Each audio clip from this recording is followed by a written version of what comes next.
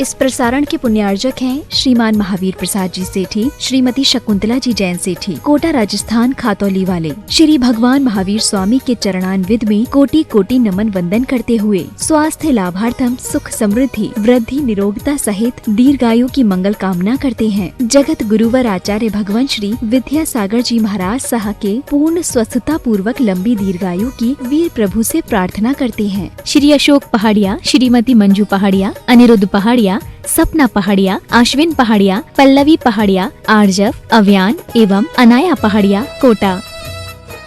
श्री अनिल जैन, श्रीमती अमिता जैन, पुत्र एवं पुत्रवधू शशांक जैन, प्रीति जैन, तरुण जैन, अनुपमा जैन।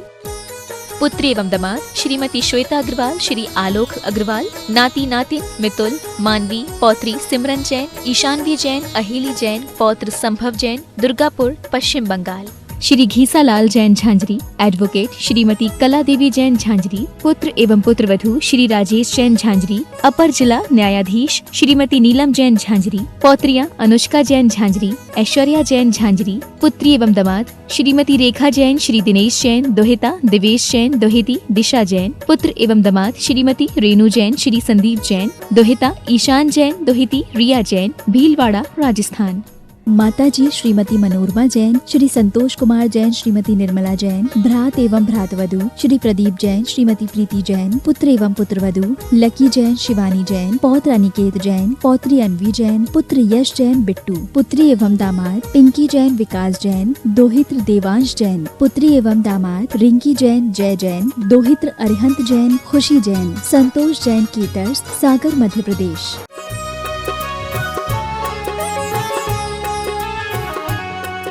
जय श्री नमः सिद्धेभ्यः। जय श्री नमः सिद्धेभ्यः। सर्वमंगल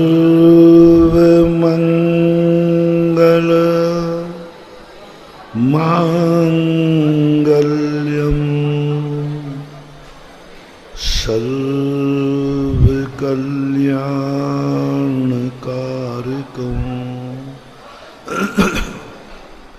प्रधानम सर्वधर्माणां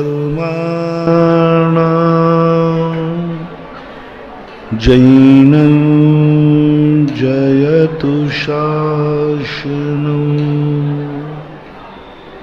जैनं जयतु शासनम्।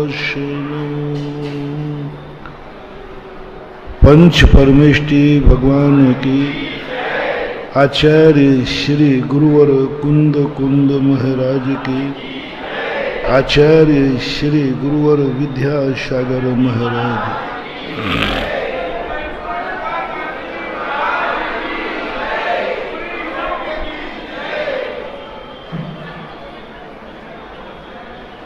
अपन चर्चा कर रहे हैं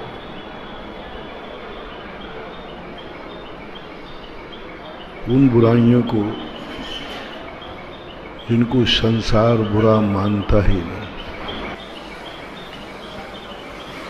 संसार से यदि कुछ चाहिए है तो संसार की बुराइयों को छोड़ो जिन्हें संसार बुरा चाहता, बुरा मानता। यदि किसी से हमें कुछ भी चाहिए है सांसारिक दृष्टि से, हम असमर्थ हैं, हमारी इच्छाएं हैं कि हमें दुनिया से कुछ मिले, तो किससे चाहते हो उसका नाम निर्धारित करो। किससे क्या क्या चाहते हो यह विचार करो। किससे चाहते हो, तुम्हें क्या क्या चाहिए है, और वो जो चाहिए है तुम्हें वो किससे मिलेगा। तुम्हें श्वास चाहिए तो नाम लिखो, मुझे श्वास चाहिए है। किससे मिलेगी श्वास? हवाओं से। लोग तुम्हें रास्ता बताया जाए, हवाएं सदा तुम्हें श्वास देती रहेंगी, बस हवाओं को बुरा मत करना, हवाओं को दूषित मत करना, हवाओं के साथ बुरा व्यवहार नहीं करना। जिंदगी भर हवाएं तुम्हारा साथ देती रहेंगी। ऐसा कोई कार्य मत करना जिससे हवाएं प्रदूषित हो जाए। तुम्हें जल चाहिए है तो नियम करो, हम जल को प्रदूषित नहीं करेंगे। जो जल के स्रोत हैं, जो जल सारे जगत के काम आता है, उसे हम प्रदूषित नहीं करेंगे। जैनाचार्यों ने कुएं में, बावड़ी में नहाने के लिए मना किया है। क्यों? चूंकि वे धार्मिक थे, इसलिए उन्होंने धार्मिक दृष्टिकोण रख लिया। लेकिन जैनाचार्यों की हर वाणी में कथन तो वे धर्म का करते हैं, लेकिन संभालते संसार को। नदियन विच चीर धुआए, कोसन के जीव मराए। ये धार्मिक दृष्टिकोण है। तो आप लोगों ने कहा हम धर्मात्मा थोड़ी हैं कि हम इन सब चीजों का ध्यान रखें। नहीं, आप धर्मात्मा नहीं हैं। आपको पानी तो पीने चाहिए है ना। तो जिन जिन स्रोतों से पानी मिला था, उन स्रोतों को कभी गंदा मत करना, उस जल से कभी दुर्व्यवहार मत करना, उस जल का दुरुपयोग नहीं करना। जब तक तुम संसार में जन्मते रहोगे, सदा पानी मिलता रहेगा और पीने लायक बना रहेगा। एक मंत्र स्थापित कर लो, मुझे जल चाहिए है। आज सारा संसार उन स्रोतों को गंदा कर रहा है जिन स्रोतों से तुम्हें जल मिलता था। नदी, सारी नदियां गंदी कर दें। कुएं हैं, जिस जल से कुआं लेते हैं, पानी लेते हैं, उस कुएं में कोई नहाता नहीं था। तो ये स्रोत कहलाते हैं, क्योंकि तुम्हें जल चाहिए। नहाओ, लेकिन पानी को गंदा मत करो। नहाने की मनाही नहीं है, लेकिन तुम पूरे कुएं में कूद जाओगे, पूरी नदी में कूद जाओगे, तो ये सारी जल। आप चाहते हो वनस्पति, हमारी जिंदगी में वनस्पति काम आए, तो मंत्र लो, हम वनस्पति के साथ दुर्व्यवहार नहीं करेंगे। हम व्यर्थ की मनुष्य वनस्पति को काटेंगे नहीं। हम व्यर्थ में वनस्पति के प्रति कोई भी दुर्व्यवहार नहीं करेंगे। हम वनस्पति के साथ अच्छा व्यवहार करेंगे। बहुत अच्छा। जल के साथ तुम दुर्व्यवहार नहीं करना, जैसे हमने कहा था। एक बात, पहला बात तो क्योंकि हमें जल, बोलो ना, भूमिका क्या बनाई थी? हम दो उपदेशों को लेके चल रहे हैं।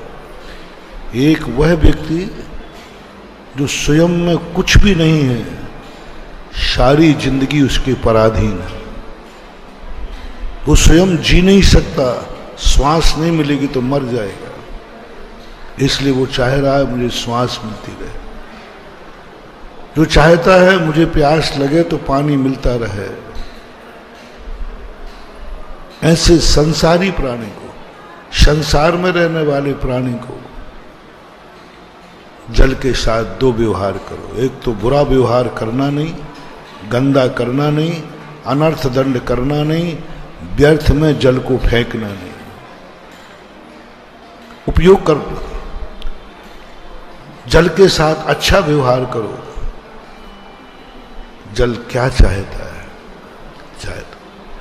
जल के साथ अच्छा व्यवहार करो। जिससे तुम्हें कोई चाहिए है कुछ, रिपीट करो, जिससे मुझे कुछ चाहिए, कुछ उसको तुमसे क्या मिलेगा?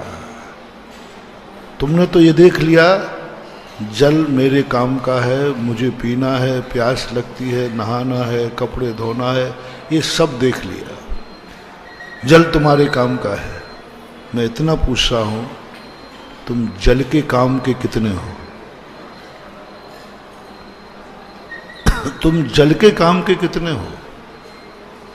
एक बात, जल तुम्हारे काम का कितना है सबको मालूम है कि नहीं? सबको मालूम कि जल तुम्हारे कितने काम का है, लिस्ट बनाओ। सुबह से शाम तक काम ही काम का है। अब इतना सा और कह दो, तुम जल के कितने काम आते हो?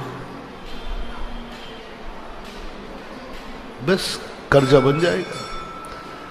एक दिन ऐसी दशा में पहुंचोगे, 3 व्यक्तियों की दुर्गति होती है।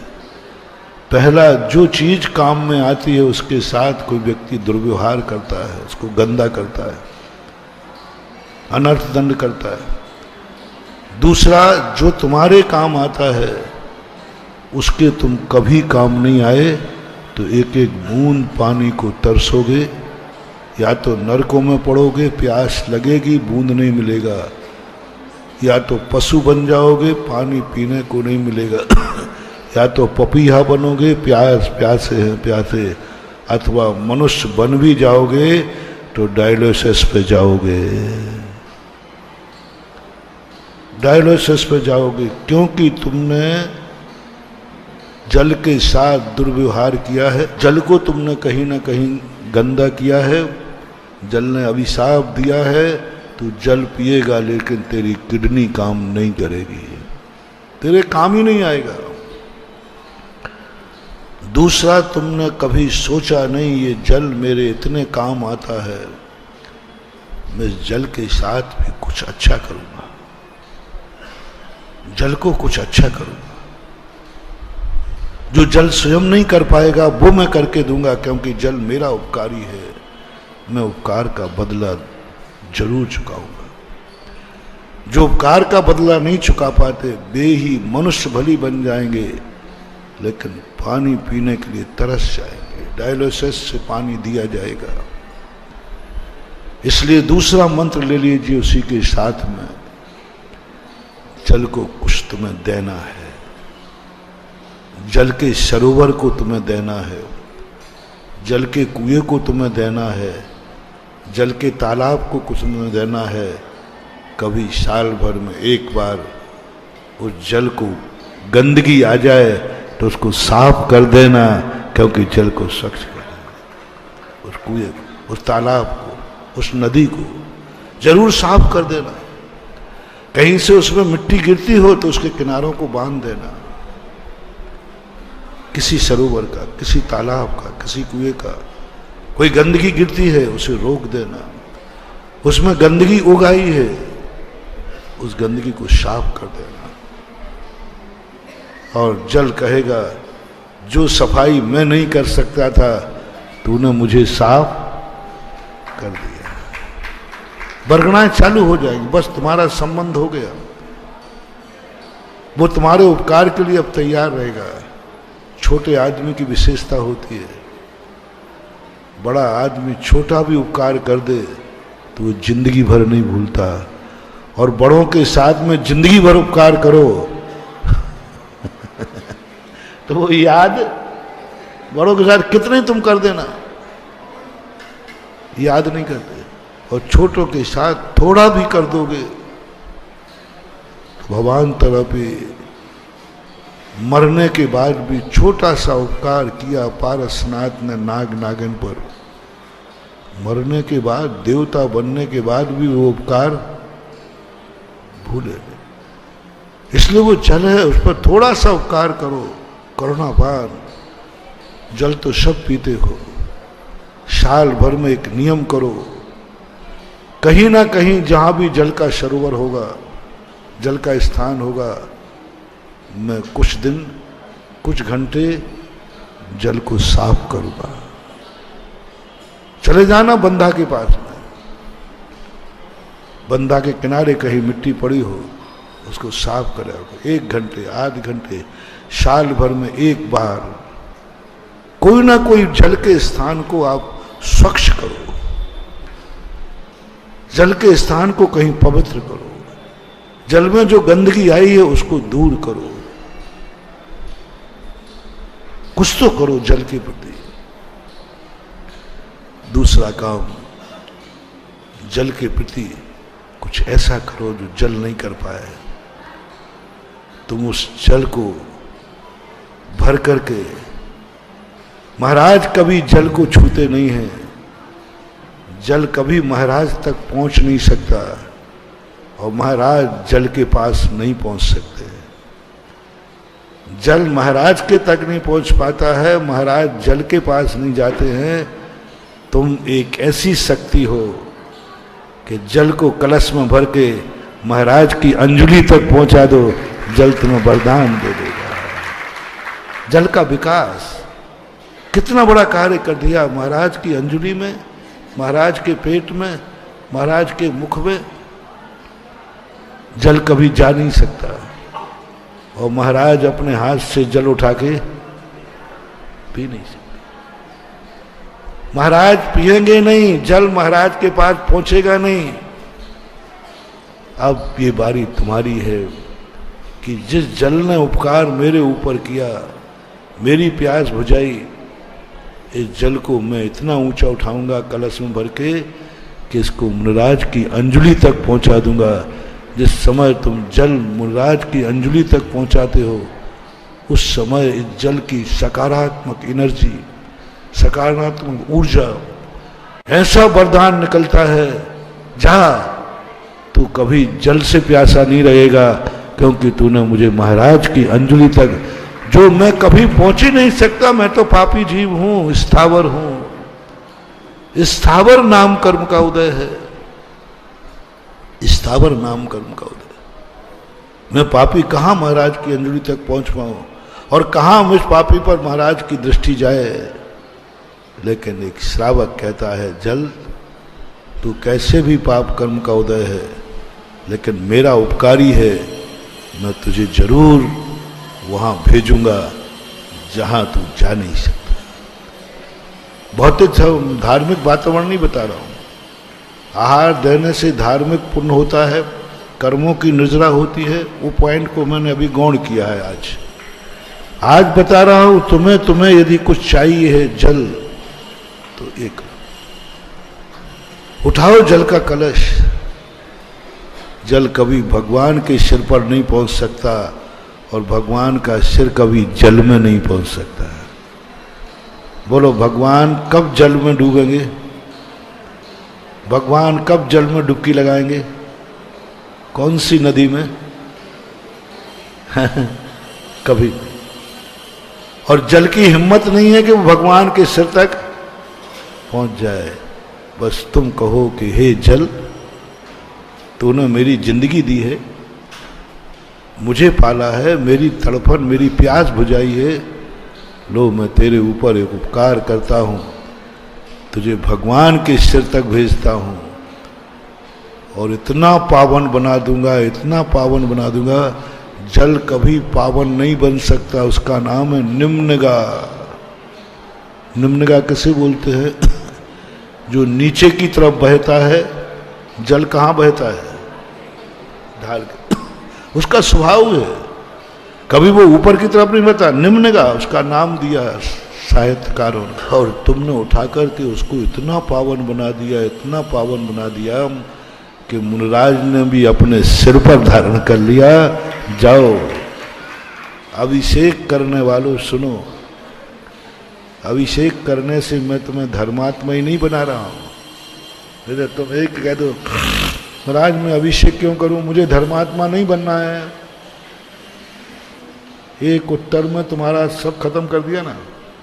भैया थोड़ा अभिषेक पूजन किया करो, महाराजों को आहार वगैरह दिया। महाराज ये क्यों? तो लोग कहेंगे धर्मात्मा का लक्षण है, सज्जन का लक्षण है। तो तुम्हारा एक ही जवाब है, बोल दो ना, अब तुम बोल दो, मुझे धर्मात्मा नहीं बनना, मुझे सज्जन नहीं बनना है। अब तो ठीक है महाराज, अब तो साता रखो, अब क्यों हमारे प्राण ले रहा हो, अभिषेक करो, ये करो। हमें धर्मात्मा बनना ही नहीं है। चलो, तुम्हें धर्मात्मा नहीं बनना तो मैं नियम लेता हूं, मुझे धर्मात्मा बनाना नहीं है। अब तुम्हें माल खरीदना नहीं, मुझे काल। अब बोलो बेटा, ओके, लॉक करूं? तुम्हें धर्मात्मा बनना नहीं और मुझे धर्मात्मा बनाना नहीं।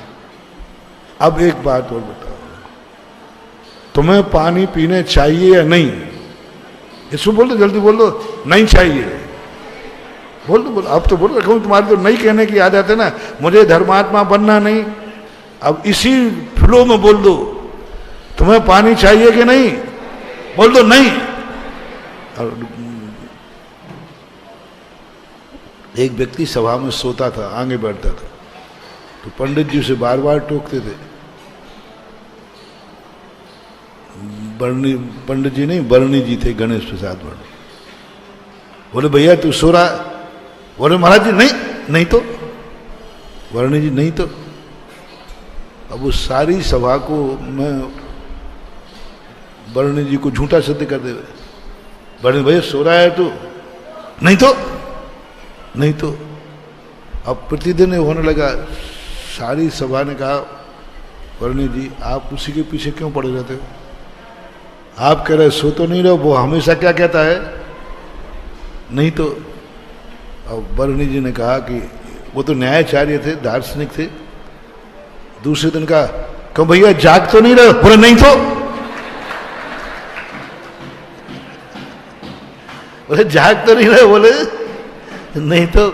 सभा ने मामला समझ लिया। ऐसे आप भी फिल्मों में बोल दो, मैंने कहा धर्मात्मा बनना है, नहीं। पानी चाहिए, नहीं। बोल दो, टेप हो जाएगा। नहीं, पानी चाहिए। तो चलो बस। जैन दर्शन बहुत उदार है। जैन दर्शन ने कहा ये मोक्ष ना जाना चाहे तो मत जाने देना, ये जो चाहता है उसका भी दरवाजा एक ही है। जो महाराज देना चाहते उसका भी दरवाजा एक ही है, जो तुम चाहते हो उसका दरवाजा भी एक ही है। मोक्ष जाना चाहते हो, कर्म काटना चाहते हो तो भी वही क्रिया है, और संसार चाहते हो तो वही क्रिया है। दो नहीं, दोनों यही है।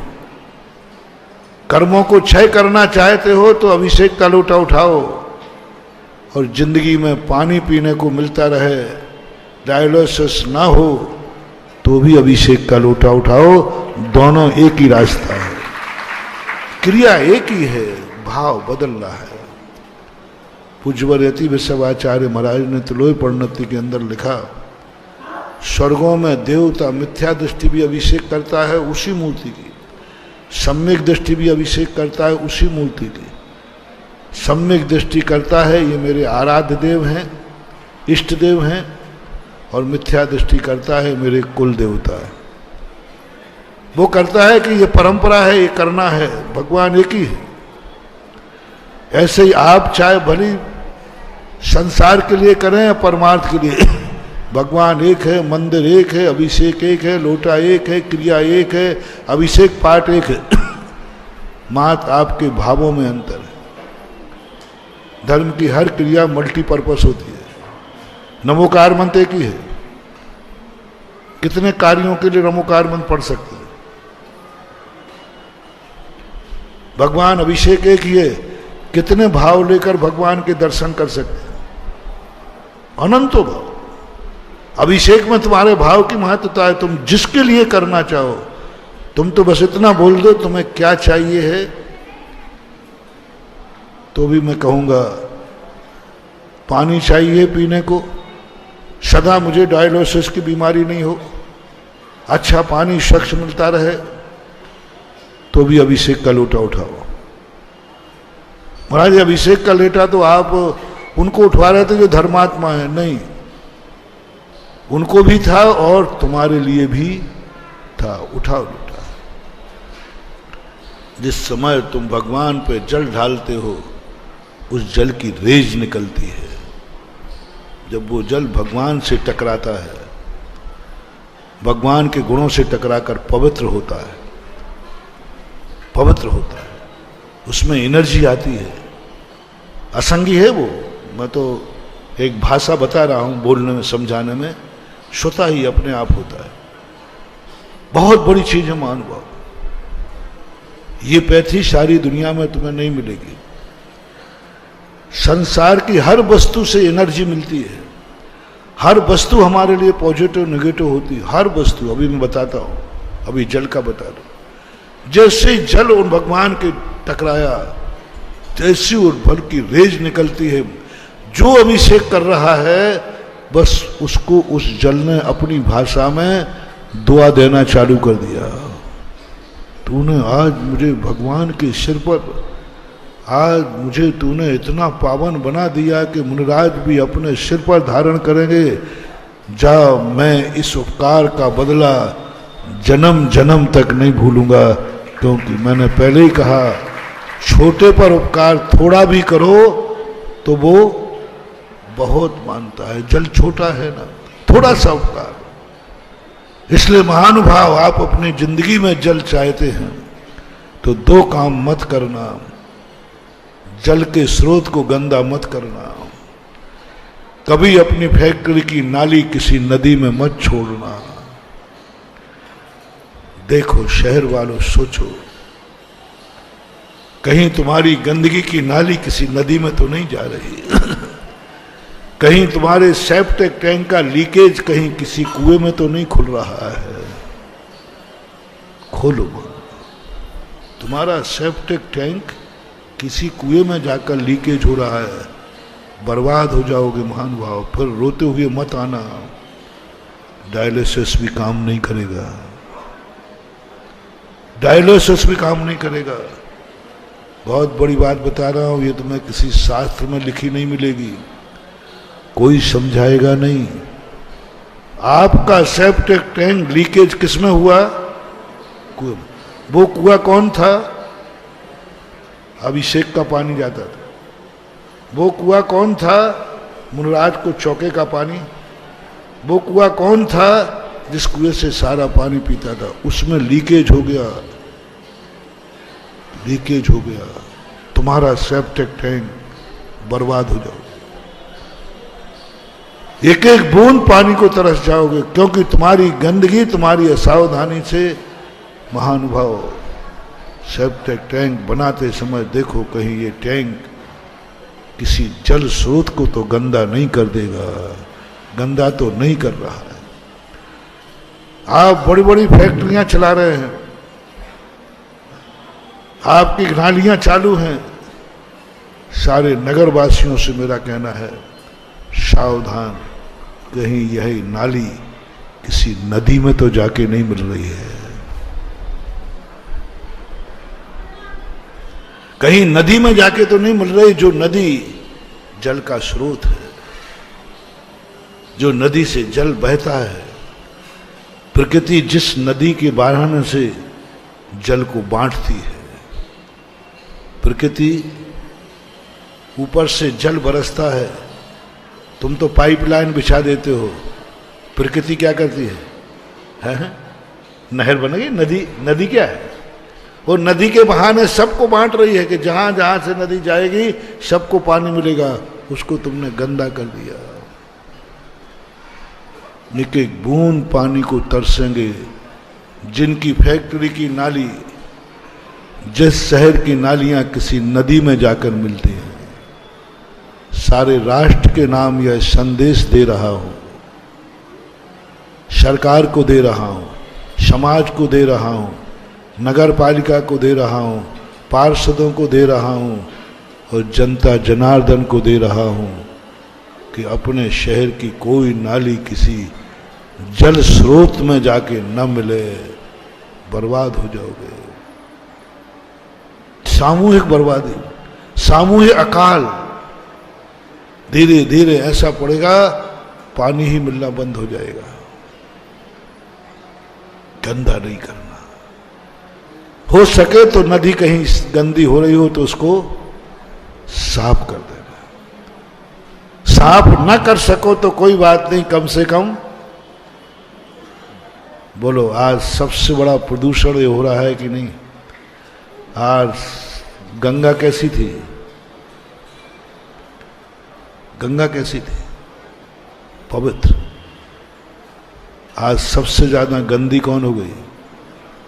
क्यों? किसने कर दी? शारी की शारी।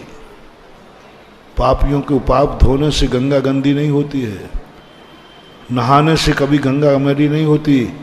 गंगा तो नहाने के लिए ही थी, पानी ले लें।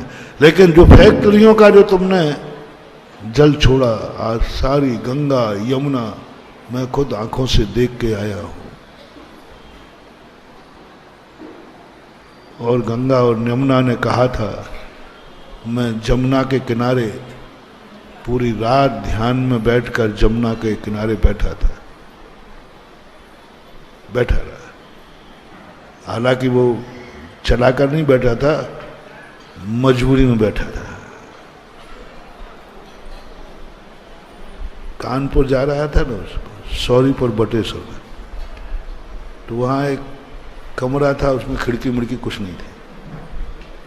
तो किसी ने प्लाई लगा दिए, टिका दिए। अब प्लाई टिकाने से तो हवा रुकती नहीं। रात में जनवरी का महीना था, इतनी ठंड के कांप गया मैंने कि ठंड कहाँ से आ रही है। और कमरा पूरा पैक है एकदम, कहीं से भी नहीं। थोड़ा देखा तो प्लाई हिल रहा था, प्लाई टिका हुआ था। थोड़ा यूं देखा तो सामने गंगा जी न जमुना बह रही थी। मैंने कहा आज तुमने इसलिए किया कि मैं तुम्हारा ही ध्यान करूंगा। पूरी गंदी हो गई।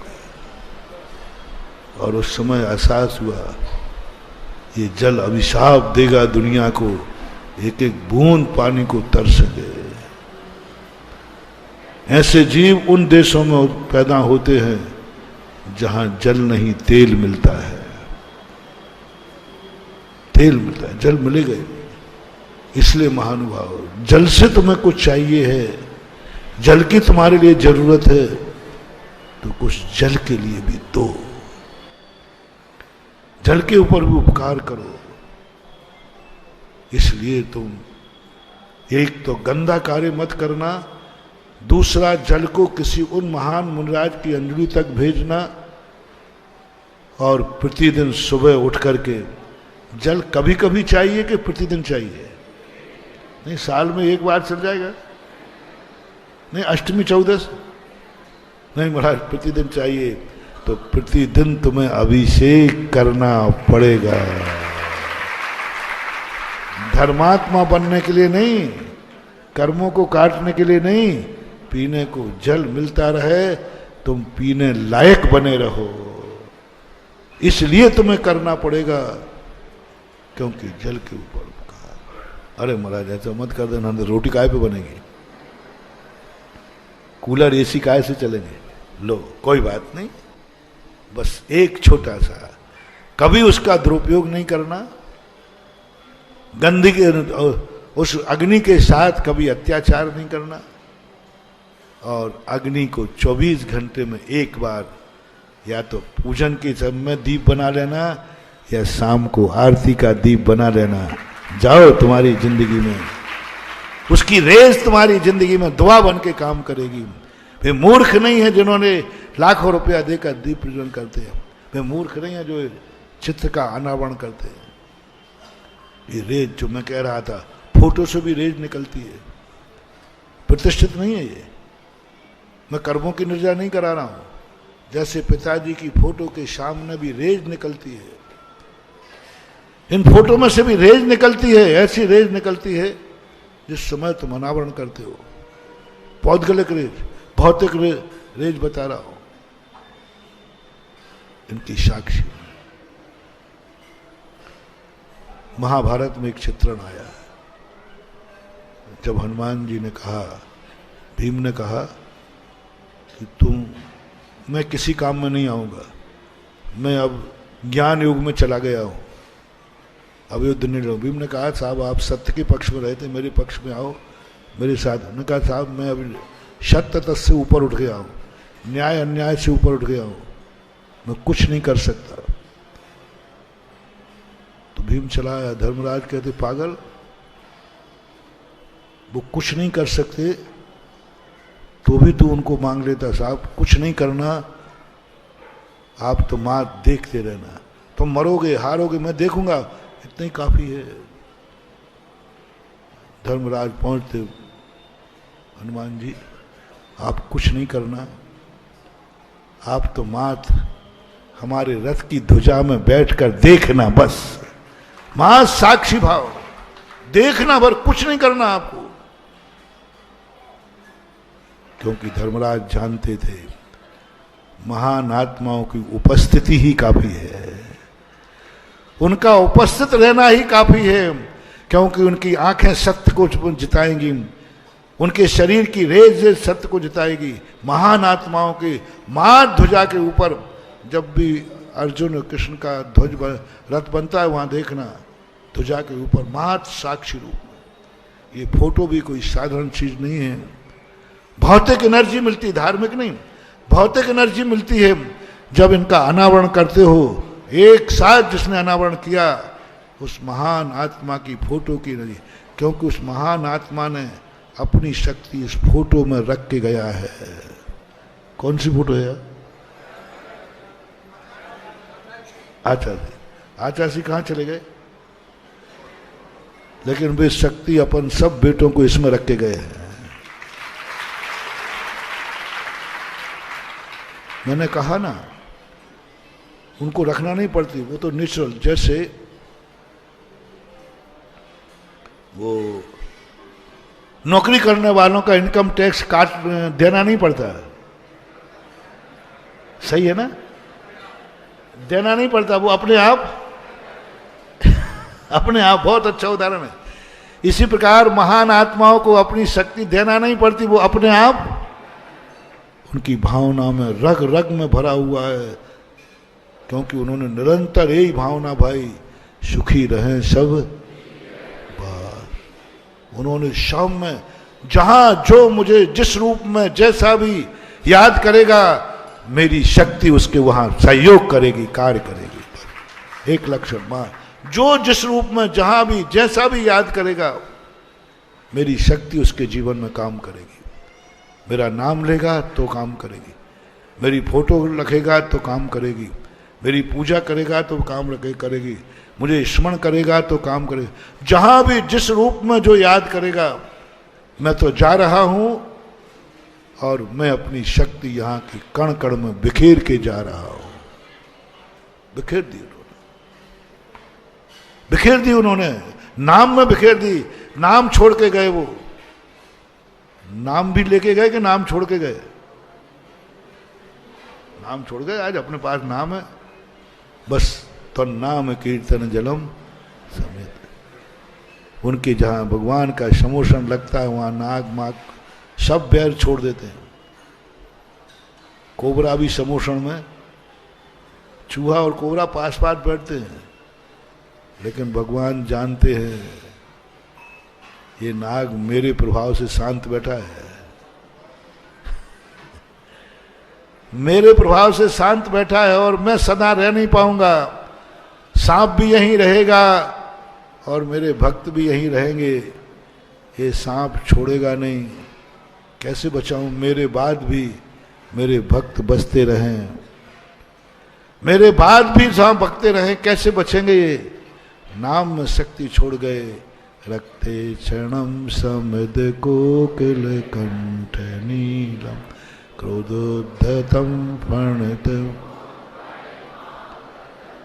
आक्रामति क्रम योगेन निरस्त शंख तन्नाम नाग दमनी हृदय। ये छोड़ गए, सपेरे चले गए, बांसुरी छोड़ गए। आज भी मेरी जिंदगी में ये घटित हुआ, ये श्लोक मेरी जिंदगी में घटित हुआ। इसी श्लोक की बदौलत में बचा रहा, नहीं तो अभी तक तो हम मिलते ही नहीं। ये चतुर्मास ही नहीं होता। सांगानेर की घटना है। 1999 की घटना है। अब मेरा दिमाग शांत तो है नहीं, वहाँ कोई भी साधु जाता है तो सीधा जाकर जहाँ भगवान रखे हैं उनको उठा के ले आता है, लेकिन अपना दिमाग थोड़ा सा है। तो मैंने कहा कि और देखूं कुछ मिल जाए तो जहां मूर्ति रखी थी वहां रखने के बाद मैंने यहां वहां देखा तो एक दीवार के अंदर एक छोटा सा खांदा था। मैंने कहा चलो ये खांदा क्यों है, खांचा टाइप का, यहां चलते हैं कुछ मिल जाए। और वो क्या है, जब भी कोई जाता होगा सांप तो वो वहां पर साइड में बैठ जाता था और जैसे मैं अंदर गया 1.5 फुट का खांचा था बस, घुसा और सामने देखा तो फन फैलाए हुए बैठा है। उसने कहा बाबा जी तुमने गलत नंबर डायल कर लिया है, जिस काम से आए थे वही काम करो, वापस जाओ। यहाँ क्यों आए हो तुम, यहाँ क्या है बताऊं सही। कांप गया था मैं, पसीना पसीना हो गया, जीवन का अंतिम समाधि मरण की तैयारी शुरू कर दी। सांप फन फैला है, भूरे कलर का, काला चिट्टा है उसके ऊपर और पूरे ताकत से फन फैला है उसमें। और मुश्किल से 8 बाई 8 का कमरा है, कम ही होगा। अब मैं लौटूं तो काटेगा, क्योंकि लौटने के लिए हमें पीछे जाना पड़ेगा कि नहीं। तो 1.5 फुट में यूं जाना है ना, उसकी तरफ बढ़ूंगा तब मैं बाहर निकल पाऊंगा। और अब मैं खड़ा हो गया हूं, दरवाजा इतना बड़ा है नहीं, झुकूंगा तो हमें थोड़ा सा उसकी तरफ खिसक, सामने वो है ये खाना, उसके मैंने कि आगे बढ़ा तो खाएगा, पीछे जा नहीं सकता। मैंने कि भाई अब जो कुछ मेरा नेचर था तो वो तो मैंने अपने नेचर के अनुसार खुरापाती कर दी। अब मुझे कुछ नहीं करना, तुझे जो करना है वो करना है। साहस, थोड़ा घबराहट हुई, पसीना आया, थोड़ा साहस आया कि घबराने से कुछ नहीं होगा, समाधि की तैयारी करो। जैसे ही मैंने समाधि की छोड़ी, मैंने कि अब मैं ध्यान लगाता हूं, अन्न जल का त्याग करके, जब तक उपसर्ग है तो नहीं टलेगा, तो मेरा सब कुछ त्याग। समाधि लेने की तैयारी कर ही रहा था, तुरंत मानतुंग आचार्य महाराज आए। मानतुंग आज गए, हे बुद्धू, हो बुद्धू। भक्तांबर पाठ का नाम इसलिए पढ़ता था रोज को कि हमें सुनाने के लिए। ऐसा ध्यान आया, पूरी समाधि की तैयारी में था मैं, क्योंकि वो काटेगा नियम से, बच नहीं सकता। जिस ढंग से उसकी पोजीशन थी, जीभ निकाल रहा है, फन यूं यूं हिला रहा है। अभी भी कभी कभी ध्यान कर लेता हूं उसका, वो क्षण ध्यान आ जाते हैं तो बस मानतुंगाचार्य ने कहा, बुद्धू समाधि ले रहा है इतनी जल्दी। मैंने भक्तांबर काय के लिए रचा था, वो ठीक वो श्लोक याद आ गया। बस मैंने वह श्लोक पढ़ा, रखते क्षणम शमद को कल। बस वो श्लोक आंख बंद करके पढ़ा और पूरा श्लोक वही है। और सांप मेरे पैरों के बीच में आया और इतने जोर से फन मारा, मैंने कहीं खा लिया।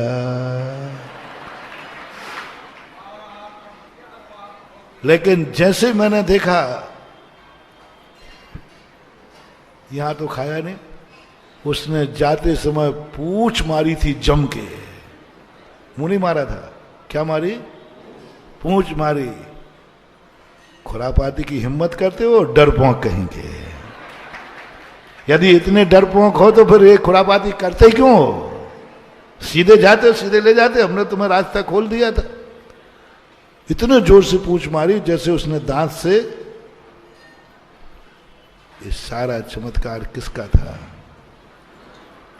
मेरा मत मानना, भगवान का मत मानना, आदिनाथ भगवान भले ऊपर बैठे थे, सिद्धालय में बैठे थे, लेकिन वो एनर्जी अपनी इस श्लोक में छोड़ गए।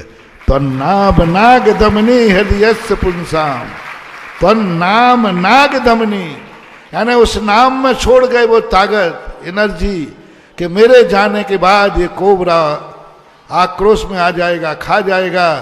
तो उस समय वो नाम में एक ऐसा संस्कार छोड़ गए कि जो मेरा नाम लेगा वो नाग भी क्या हो जाएगा, आक्रामती है, निशंकित होकर नाग जाएगा, कुछ नहीं बिगड़ेगा। ताकत है। समझो इनको, सांसारिक दृष्टि से समझो।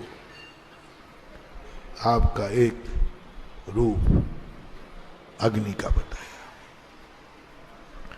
अब कौन रह गया? पृथ्वी रह गई है। पृथ्वी की तुम्हें देखो, पृथ्वी पर थोड़ा सा दया करो, अनर्दन मत करो। महाराज जी मैं धर्मात्मा नहीं हूं, बस इतना और बोल दो, मुझे पृथ्वी की कोई जरूरत नहीं है,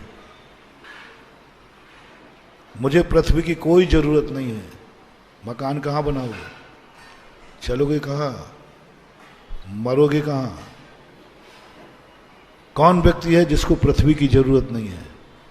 बस एक नियम ले लो, हम पृथ्वी का दुरुपयोग नहीं करेंगे, पृथ्वी को अनर्थ दंड नहीं करेंगे, पृथ्वी को व्यर्थ में नहीं खो देंगे, पृथ्वी को छिन्न भिन्न नहीं करेंगे, क्योंकि पृथ्वी मेरे लिए जरूरत है, पृथ्वी उपकारणी है, पृथ्वी जरूरत है मेरे लिए, जरूरत। बस आपको अब दूसरा काम करना है। पृथ्वी ने तुम्हें सब कुछ दिया, पृथ्वी को तुमने क्या दिया? क्या दिया पृथ्वी को बता दो। कुछ दिया? पूरी पृथ्वी को गंदा किया, कभी थूक कर, कभी शौच जाकर, कभी पोटी से गंदा किया, कभी थूक के गंदा किया, कभी मूत्र से गंदा किया, कभी पसीना से गंदा किया, कभी पैरों से गंदा किया। गंदे के अलावा तुमने क्या किया? एक एक इंच पृथ्वी को तरस जाओगे, एक एक इंच पृथ्वी को तरस जाओगे। कौन है जो फुटपाथों पर बैठते जिनको रहने को जगह नहीं है? ये वही जीव हैं जिन्होंने पृथ्वी को जिंदगी भर पृथ्वी पर अत्याचार किए, पृथ्वी का उपयोग किया, लेकिन पृथ्वी को कुछ नहीं दिया। महानुभाव, कुछ ऐसा करो जहां तुम बैठो, जहां तुम चलो, वहां की पृथ्वी पूज्य हो जाए, वहां की पृथ्वी वंदनीय हो जाए, उसकी लोग पूजा करें, पृथ्वी को पुजवा दो। ये समर्थ तुम्हारी बात नहीं, तुम्हारी बस की बात नहीं है। ये उन तीर्थंकरों की बात है, मोक्षगामी ने जिस पहाड़ पर बैठे वो पहाड़ अब तुम्हारे पास एक ही कारण रह गया। महानुभाव, यदि तुम इस पृथ्वी का उपयोग करते हो तो कहीं भी इस पृथ्वी के एक टुकड़े को इतना पूज्य बना दो, इतना पूज्य बना दो कि उस पृथ्वी पर मुनिराज भी जाकर नमोस्तु कर रहे। वास्तु का एक बहुत बड़ा सूत्र आया है। ये नगर में मंदिर इसलिए नहीं बनाए जाते कि तुम्हें मोक्ष जाना है, धर्मात्मा बनाना है, इसलिए कि पृथ्वी का उपकार करना है। पृथ्वी कभी पूज्य नहीं है, वो स्थावर है, पाप कर्म का उदय है, तो मात्र उसको पवित्र कर सकते हो। उस स्थान की सीमा बांधो। 200 बाई 200 के प्लाट में हम मंदिर बनाएंगे, 200 बाई 200 का प्लाट हम मंदिर के लिए दान देते हैं। मंदिर को पृथ्वी का दान देना, धन दान की बात नहीं कर रहा हूं, पृथ्वी का दान करना। भूदान की परंपरा खत्म हो गई। मंदिर के लिए जो दान देता है अपनी भूमि, ये पृथ्वी उनको इतनी दुआ देती है कि एक दिन वो सारी पृथ्वी का भूपालक राजा होता है। जमींदार के यहां पैदा होगा जहां कोई सीमा नहीं होगी। ऐसे बाप के यहां पैदा हुआ जिसमें जहां उठाओगे सब उसकी वसीयत की जमीन मिलेगी। क्यों? उसने कभी मंदिर को दान दिया था, उसकी भूमि पर कोई मंदिर बना था। सारे लोगों से मेरा कहना है, जब तुम पृथ्वी पर रहते हो, जहां भी रहते हो, सब मिलकर अपने देवता का एक मंदिर जरूर बना लेना, एक सीमा बना। वास्तु में कहा, घर में पूरा घर बनाते हो, उसमें एक कोना कहीं पूज्य कोना, भगवान का नहीं, इस कोने पर हम कोई गृहस्थ का कार्य नहीं करेंगे, वहां हम मंगल कलश स्थापित करना, एक स्वस्तिक बना देना, श्री बना देना। यदि आपके पास कोई ज्यादा जगह नहीं हो तो 1 बाई 1 फुट का बना करके एक छोटा सा स्थान, पूज्य स्थान बना देना। उस स्थान को गंदा मत होने देना, उस स्थान को कभी भी सफाई रखना, उसको गंदा मत होना, सफाई रखना। नॉर्थ ईस्ट के कोने में एक छोटा सा, पूरा बड़ा मकान है तो एक कमरा दे देना उसको, एक कमरे में पूज्य स्थान बनाना है। इस कमरे में कोई गलत कार्य नहीं होगा। पृथ्वी तुम्हें वरदान देगी, तुमने उसको रिस्पेक्ट किया, कम से कम पूरी जमीन को ना लेकर के कुछ जमीन को तो कम से कम सगुन बनाया, मांगलिक बनाया, और एक छोटा सा स्थान वास्तु में सब जगह आया। तो ये स्थान इसलिए, ये मंदिर इसलिए नहीं बनाए जाते तुमसे, इसलिए नहीं ये बनाए जाते कि तुम्हें इस पृथ्वी का वरदान तुम्हें मिले, क्योंकि तुम्हें पृथ्वी चाहिए है। पृथ्वी चाहिए है तो तुमने पृथ्वी को क्या दिया? क्या दिया? तुमने क्या लिया? सब कुछ लिया, सब कुछ लो, लेकिन भविष्य में भी वो देते रहे। इसके लिए अब अपना मूल सूत्र चला था, हम यदि बिना लिए नहीं जी सकते हैं, हमें हर वस्तु चाहिए है, तो जो वस्तु से तुम्हें जो मिलता है, बस तुमसे उसको क्या मिलेगा? व्यापार। व्यापार पाप नहीं है, व्यापार आपसी का लेन देन है। धर्म में लेन देन नहीं होता, धर्म में माल दिया जाता है, लिया नहीं जाता। क्या कहा? परिभाषा बनाओ। धर्म करना है तो दिया जाता है, लिया। धर्मात्मा को दिया जाता है, लिया नहीं जाता। भगवान को अर्घ दिया जाता है, वहां से कुछ लिया नहीं जाता। महाराज को आहार दिया जाता है, बदले में कुछ नहीं लिया जाता। धर्म स्थान वो है जहां दिया जाता है, लिया कुछ भी नहीं जाता। संसार स्थान वो है जहां लिया जाता है तो दिया जाता है, जहां लेन देन होता है। आपका लेन देन जब तक चलता रहेगा, तुम्हारा संसार चलता रहेगा। लेन देन जिससे लिया है, आप कहीं जाते हैं ना, तो रिश्तेदारी में 10 साल बाद भी याद रखते हैं कि वहां से क्या आया था। ये रखे या नहीं रखे, ये तो रखते ही हैं। फलाने रिश्तेदार से कौन सी साड़ी आई थी, चीकट बोलते, चीकट। 10 साल बाद भी याद रहता वहां से किस क्वालिटी की आई थी। व्यवहार खा के मत मरो, वहां से आया है तो देना पड़ेगा। तुम व्यवहार खा के मर रहे हो। जल का व्यवहार, वनस्पति का व्यवहार, अग्नि का व्यवहार, पृथ्वी का व्यवहार, इस सारी सृष्टि का व्यवहार तुम खा के मरोगे। सारी दुनिया में सब खा के मरना, लेकिन व्यवहार खा के मत मरना, ये आर्यों की परंपरा है। व्यवहार जिसने तुम्हारे ऊपर कुछ किया है, महानुभाव आज नियम ले लो, मैं उसके लिए भी कुछ ना कुछ, रिपीट करूं, संसार के लिए कह रहा हूं, लेन देन। मैंने पहले ही किया, लेन देन से संसार चलता रहेगा, लेन देन से तुम्हारा सब कुछ चलता रहेगा। क्योंकि व्यापार पाप नहीं है, व्यापार संसार चलाने का। तुम्हारे पास ये है, तुम ये दो, मैं ये देता हूं। व्यापार इसी बोलते हैं। तुम पैसा दो, मैं सब्जी दूंगा। तुम पैसा दो, मैं कपड़े दूंगा। तुम कपड़ा दो, मैं पैसा दूंगा।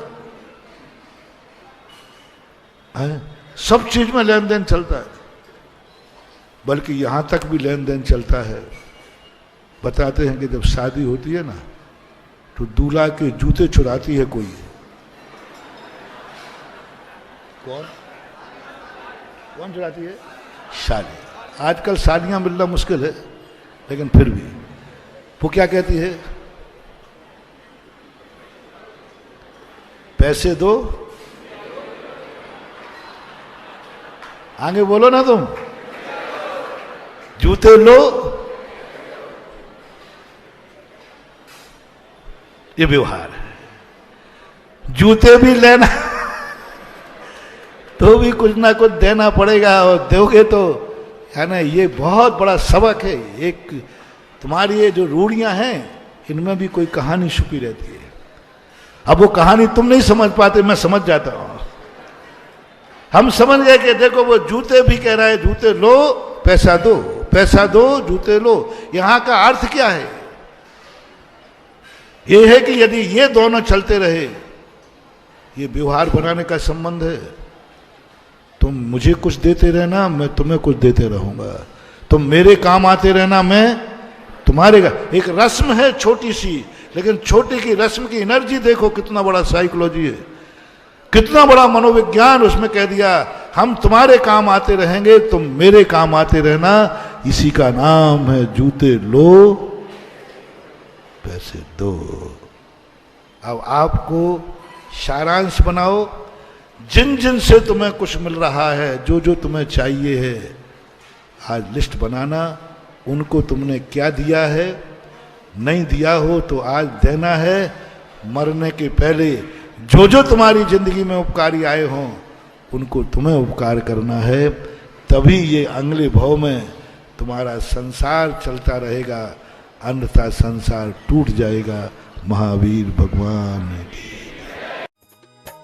इस प्रसारण के पुण्यार्जक थे श्रीमान महावीर प्रसाद जी सेठी, श्रीमती शकुंतला जी जैन सेठी, कोटा राजस्थान खातौली वाले। श्री भगवान महावीर स्वामी के चरणान्वित में कोटि कोटि नमन वंदन करते हुए स्वास्थ्य लाभार्थम, सुख समृद्धि, वृद्धि, निरोगता सहित दीर्घायु की मंगल कामना करते हैं। जगत गुरुवर आचार्य भगवान श्री विद्यासागर जी महाराज साह के पूर्ण स्वस्थता पूर्वक लंबी दीर्घायु की वीर प्रभु से प्रार्थना करते हैं। श्री अशोक पहाड़िया, श्रीमती मंजू पहाड़िया, अनिरुद्ध पहाड़िया, सपना पहाड़िया, आश्विन पहाड़िया, पल्लवी पहाड़िया, आर्जव, अव्यान एवं अनाया पहाड़िया, कोटा।